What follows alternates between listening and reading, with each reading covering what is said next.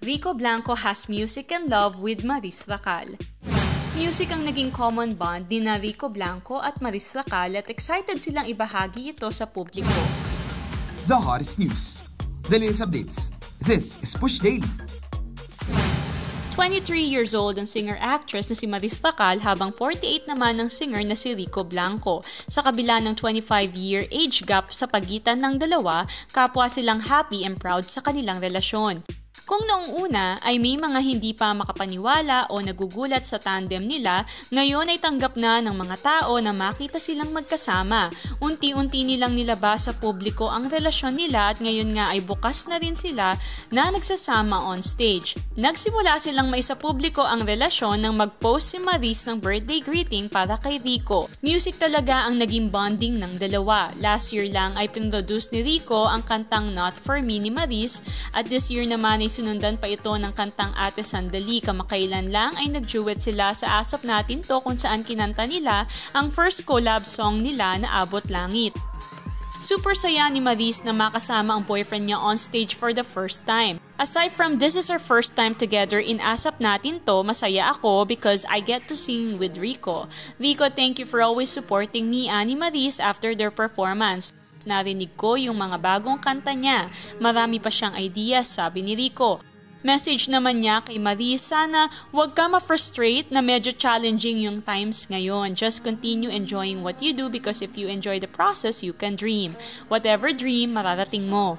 Kung papanoorin muli ang performance ng dalawa, makikita talaga ang chemistry nila and how happy they are working with each other. Napansin din ng mga netizens ang simpleng holding hands ng dalawa on stage. Umamin si Rico na mas nagiging open na siya na isa publiko ang personal life niya now that he is with Maris. Dati kasi ay talagang low profile ito. Ayon kay Rico, I feel kasi also we're working in this space na she's doing music, I'm doing music. She's acting, she's serious about her craft. So baka doon ako nakahanap ng area na siguro comfortable ako pag-usapan because it's not really a private thing.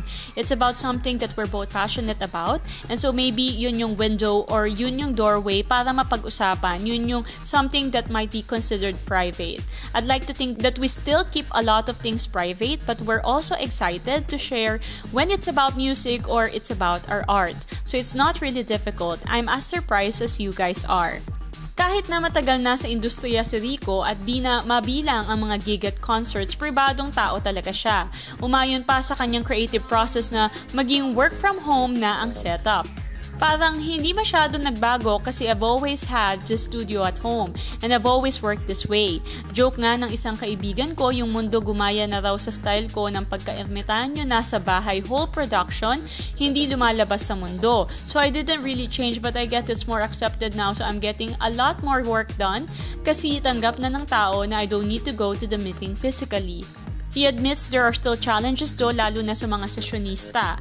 Ang hirap pa rin nung hindi mo kasama sa isang kwarto when you're figuring out if it's a band kind of song. Ang hirap siguro kung pop na arrangement and electronic okay lang. Pero I realized that yung work with band feel or orchestra, ang hirap yung element na yun.